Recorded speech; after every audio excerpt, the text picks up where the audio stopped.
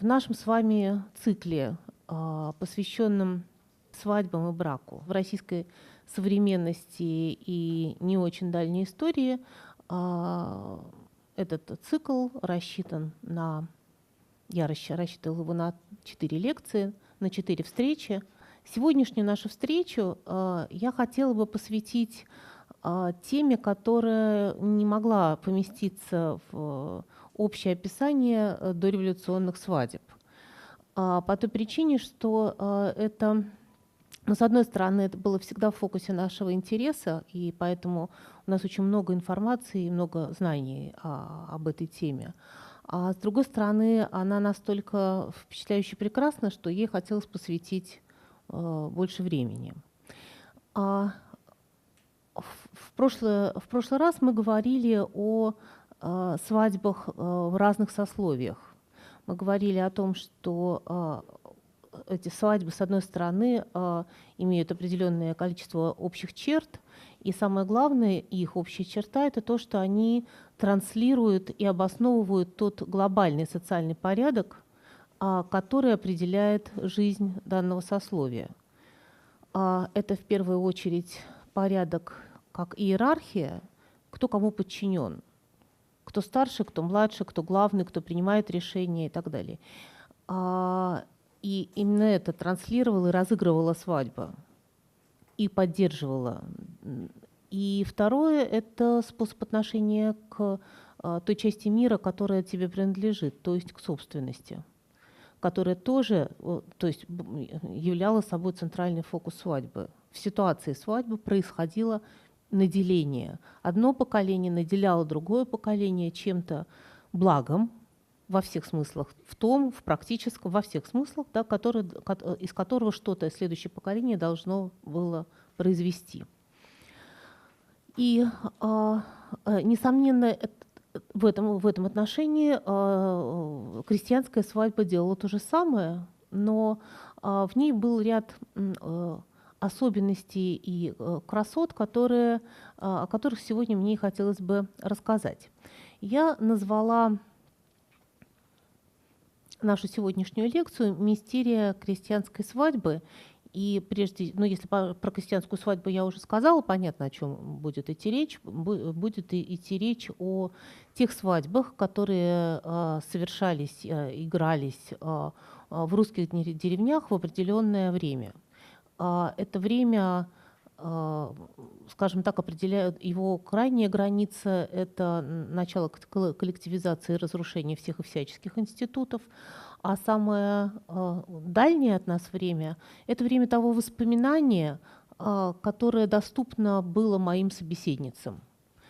И дальше я объясню свой выбор, почему я выбрала конкретную свадебную традицию. Но теперь несколько слов в отношении слова «мистерия». Что это значит? Мистериями называли античные ритуалы, которые предполагали переживание особого мистического опыта. Собственно говоря, понятие мистического опыта связано с тем, что существовали древние греческие, эльфсинские и прочие мистерии, в которые могли бы вовлекаться разные по объему количество людей. Весь год, весь полис, только женщины полиса, только служители данного культа и так далее. Важно, что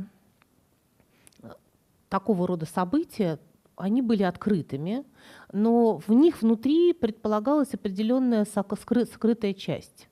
То есть были те, кто в ситуации настоящей мистерии календарной переживает ритуал посвящения. Это те, которых назвали мисты.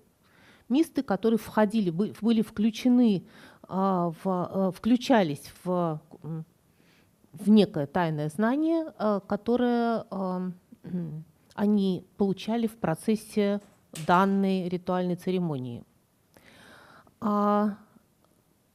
Самая высокая степень и самый высокий уровень знания – это мистагоги, то есть те, которые провели большое количество такого рода церемоний и которые посвящают мистов, которые знают те смыслы, которые скрыты за внешними ритуальными действиями или конкретными какими-то текстами и так далее. Для публики, и, собственно говоря, это отмечали все, мистерии были театрализованным зрелищем, то есть это было похоже на, ну не знаю, карнавал, например, или как это и происходит, какой-нибудь карнавал или празднество, например, в современной Индии, или театрализованное шествие. А для участников это было нечто другое, для участников это было способом обратиться к внутренним границам и к границам бытия, потому что они надо сказать, что среди исследователей античности существует довольно много работ, которые посвящены тому, а что же такое происходило там внутри этих самых мистерий. И, как ни странно, каждый раз исследователи поражались тому обстоятельству, что вот ведь как странно-то. И прям все в этом участвовали, вот и нет того, кто бы не участвовал, а никто не может сказать, что же за тайный смысл там такой был. И один из прекрасных исследователей античности Александр Иосифович Зайцев ссылается на Аристотеля, обращая внимание на следующее. Посвящаемые не узнавали что-то, не в этом была история, да, а испытывали нечто, приходили в некое расположение.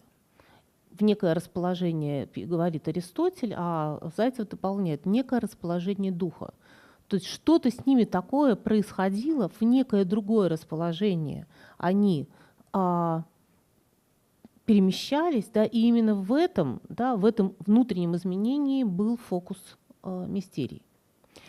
Я хотела начать с этого, потому что тот тезис, который я вам предлагаю, это тезис о том, что крестьянская свадьба как раз и была такой мистерией, потому что она одновременно была для всех, то есть это было публичное зрелище невероятной красоты. Она была для для некоторых в особенку. В ней были те, которые раздавали смыслы и обозначали, определяли то, что в данный момент происходит, так и те, кто не знали этих смыслов. При этом мистерия сочетала все виды искусств: музыку, действие, пение и речь, и это то, что мы наблюдаем в крестьянской свадьбе. Она предполагала определенную последовательность действий, определенные роли и определенные сценические площадки. И это тоже то, что мы наблюдаем в ситуации крестьянской свадьбы. А также она предполагала смысл, который известен только посвященным. Как я покажу вам, мы с вами увидим, как странно пляшут смыслы, и какие-то из них лежат на поверхности, какие-то из них раскрываются в процессе свадебного ритуала, а до каких-то из них и доступа нет, хотя слова есть, а что за этим стоит, мы не понимаем. Итак, тезис таков. Крестьянские свадьбы, во-первых, были мистериями, то есть празднествами и ритуалами посвящения одновременно.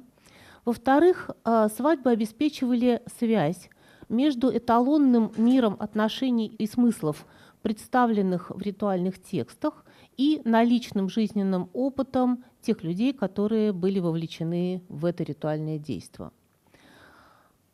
А также они поддерживали и воспроизводили разделяемый всеми членами сообщества эстетический канон, как музыкальный, так и поэтический, так и визуальный. И цветовое решение свадьбы, и акустическое решение свадьбы, и пластическое решение свадьбы. Это было тем эталонным действием, которое вследствие становилось как бы прецедентным текстом, который вследствие становился способом говорить о каких-то вещах. Или использовалось в самых разных иных жизненных практиках. Драматическая форма, которая позволяет сопоставлять мистерию древнегреческую и крестьянскую свадьбу, в частности, связана с тем, что это действие, которое имеет строго определенный ряд сцен. Оно состоит из сцен, и можно было бы это описать как пьесу. Что и делается, когда описываются сценарии свадьбы.